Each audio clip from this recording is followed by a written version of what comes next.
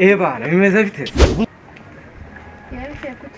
Igihe kirageze ngo njye nkereta abakobwa beza nkawe. Ako se wansohoje ubundi. Nose baby bimeze bite? Nukuva nkubonye byonyine nashaka nkakitse. None se barugiye?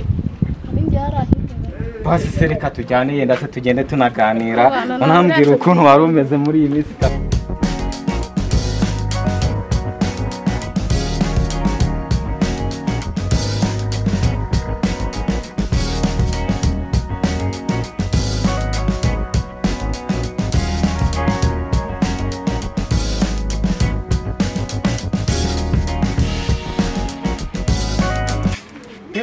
mbega umukobwa uyu niwe nashaka muze shamba bwe mwihute se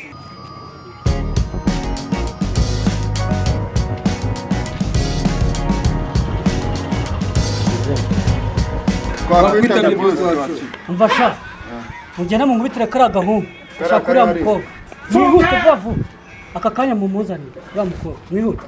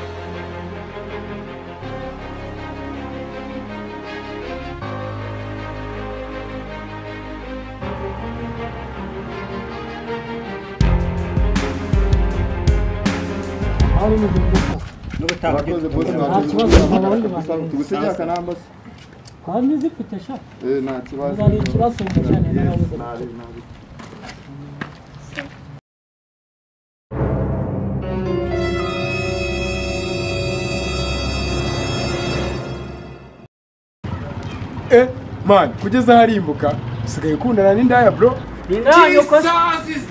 urafushe nyine urabona ko ari icyo bari kureba ku marinete yiwe ariko yangije kuyirangiza ariko ni neza bro urabona ko ari icyuki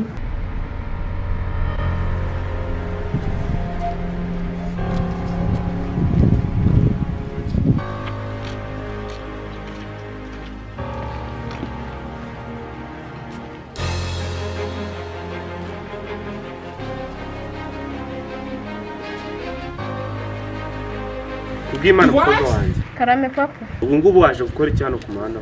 Waje gukora icyano kuri uyu muhanda. Ubu kwambukira no muhunga aranamaje. Asuka kagahunga arakaranye. Ntabwo warubizi.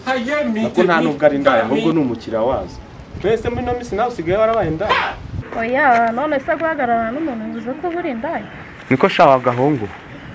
burya ngo uringirwa mu kaba ngo urise wagahungu ngiye kugukubita bice ku muzungu ari gukubita intare nta soni ku mukobwa wanjye woraza bifatira uko wishakiye umukwezi inga n'uyu n'umukobwa wawe ahubwo se urabona iyi sura yabyara umukobwa ubw'Imana urebe ukuntu ndi gusaba imbere yawe hejuru yawe ahubwo shiri niba uzi kuri shiri yafata inzira ati oya ntabwo ngwino oya ntabwo ngwino rekura akuse bite byawe bite byawe uraza kunegeka ku mukobwa ariko ari uwawe uyu mukobwa ashobora kuba ari